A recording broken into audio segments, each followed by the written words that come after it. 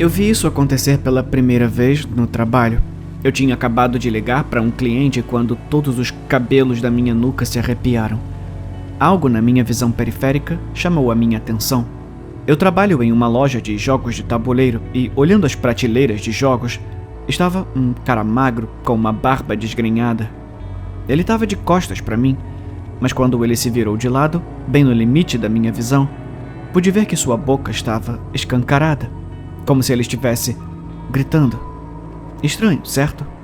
Olhei para cima, pronto para rir e perguntar o que estava acontecendo, mas o cara estava apenas com uma cara assustadora e totalmente normal. Uma leve ruga na testa, lábios franzidos enquanto ele lia a contracapa de Wingspan. Ele olhou para mim. Ei, os meus amigos falaram muito sobre esse, é bom? Um pouco superestimado na minha opinião, respondi, mas muitas pessoas parecem gostar. Eu tô tentando encontrar um jogo que a minha namorada possa jogar. Ela não gosta muito de jogos de tabuleiro, sabe? E não gosta de coisas competitivas. Você tem bons jogos cooperativos?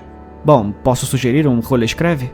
Tecnicamente competitivo, mas você não pode atacar ou interagir com outros jogadores e principalmente fazer o que quiser no tabuleiro. Eles também são muito amigáveis para iniciantes. Eu me virei para pegar um dos reservados atrás do balcão e, quando me virei, quase perdi o controle, porque o homem havia se aproximado e estava diretamente na frente do balcão e sua boca estava aberta em um grito. Olhos abertos, como se ele fosse um zumbi prestes a me morder. Mas deve ter sido a minha imaginação, porque assim que olhei diretamente para ele, ele apenas olhou para mim, com a boca curvada. Você tá bem aí, meu amigo? Ele perguntou. Sim. Cartógrafos é o nome do jogo. É o nosso Rolescreve mais vendido. Eu gaguejei, me recuperando. Mas toda vez que eu tirava os olhos do rosto dele, na minha visão periférica, ele parecia um morto-vivo, um cadáver com a boca aberta. Decidi ignorar seu comportamento na esperança de que ele parasse. Ele encomendou uma cópia de Cartógrafos e eu disse a ele que ligaria quando sua cópia chegasse. Enquanto anotava seus dados, pro meu aborrecimento, ele não parou, mas continuou ali, parado na minha visão periférica, gritando silenciosamente. Na semana seguinte, quando fui cortar o cabelo, o cara sentado a algumas cadeiras também estava se fingindo de morto. Ele parecia estar caído na cadeira do barbeiro, a cabeça pendendo para o lado, os olhos azuis arregalados e cegos, mas o barbeiro apenas continuou andando ao redor dele, cortando com uma tesoura, e quando me virei para olhar diretamente para ele, ele não estava mais se fingindo de morto, mas falando com o barbeiro, uma mão gesticulando por baixo da capa. No entanto, quando desviei o olhar um momento depois, seus gestos desapareceram. Eu podia ouvir sua voz, mas pelo canto do meu olho, ele parecia estar deitado, imóvel em sua cadeira. Um cadáver. Quando meu corte de cabelo terminou e olhei novamente, ele havia sumido da cadeira. Isso continuou acontecendo. Honestamente, pensei que devia ser algum tipo de moda online, uma pegadinha, sei lá, com pessoas fingindo estar mortas aleatoriamente. A internet gerou pegadinhas muito estranhas. Não tenho muita presença online e não acompanho memes populares ou, sei lá, tendências do TikTok, e na minha cabeça fazia sentido. Continuou sendo uma ocorrência relativamente rara para mim e acontecia principalmente em grandes multidões, por exemplo, no aeroporto. Foi aí que finalmente descobri a causa. Eu estava indo visitar a minha família, passando pela segurança do aeroporto. Um pouco mais atrás de mim na fila estava um jovem casal que fingia ser cadáveres sempre que eu parava de olhar para eles. Era irritante e eu ficava virando a cabeça rapidamente na esperança de pegá-los em flagrante, mas eles sempre se comportavam normalmente no momento em que eu olhava diretamente para eles. E, claro, o que deveria ter me avisado é que ninguém mais na fila estava reagindo ao comportamento deles. Só eu podia ver. Mas naquele ponto eu ainda estava agindo sob a suposição de que todo mundo estava envolvido em alguma nova pegadinha do TikTok e eu não sabia. Tenho 42 anos e definitivamente passo a vibe velho cringe e aí garotada, de acordo com os padrões atuais de mídia social. De qualquer forma, coloquei meus pertences na esteira e o casal, na minha visão periférica, agora estava 100% normal. Finalmente, pensei, eles pararam de fingir. Mas no momento em que peguei minhas coisas e me virei, quase gritei, porque os dois estavam ao meu lado, curvados, com os rostos contorcidos em máscaras mortuárias. Você não consegue ver detalhes nítidos na sua visão periférica, mas pode perceber quando alguém está fazendo uma terrível cara de morto.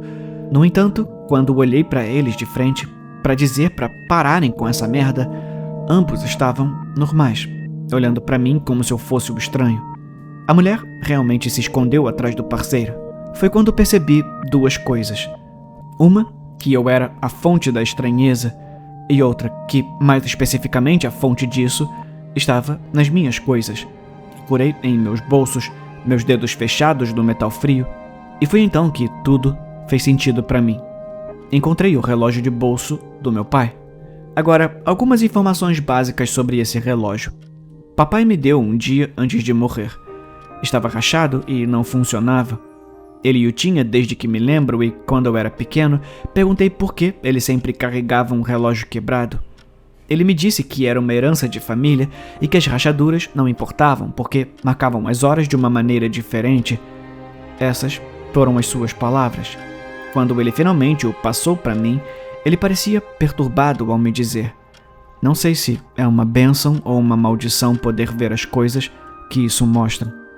Meu pai me disse para vendê-lo, mas eu nunca consegui fazê-lo. Papai sempre foi muito gentil e educado. Ele dirigia uma loja de antiguidades que fechou depois que ele morreu. Acho que ele queria que eu seguisse o caminho dele, mas nunca tive paixão ou interesse por essas coisas. Nossas vidas simplesmente seguiram caminhos diferentes. O relógio é a única antiguidade que ele fez questão de me dar. O que ainda estou tentando descobrir é por quê. Porque, pelo que posso dizer, não há ambiguidade nisso. Essa coisa está definitivamente amaldiçoada. Sabe, assim que soube que a fonte era o relógio, tudo se encaixou.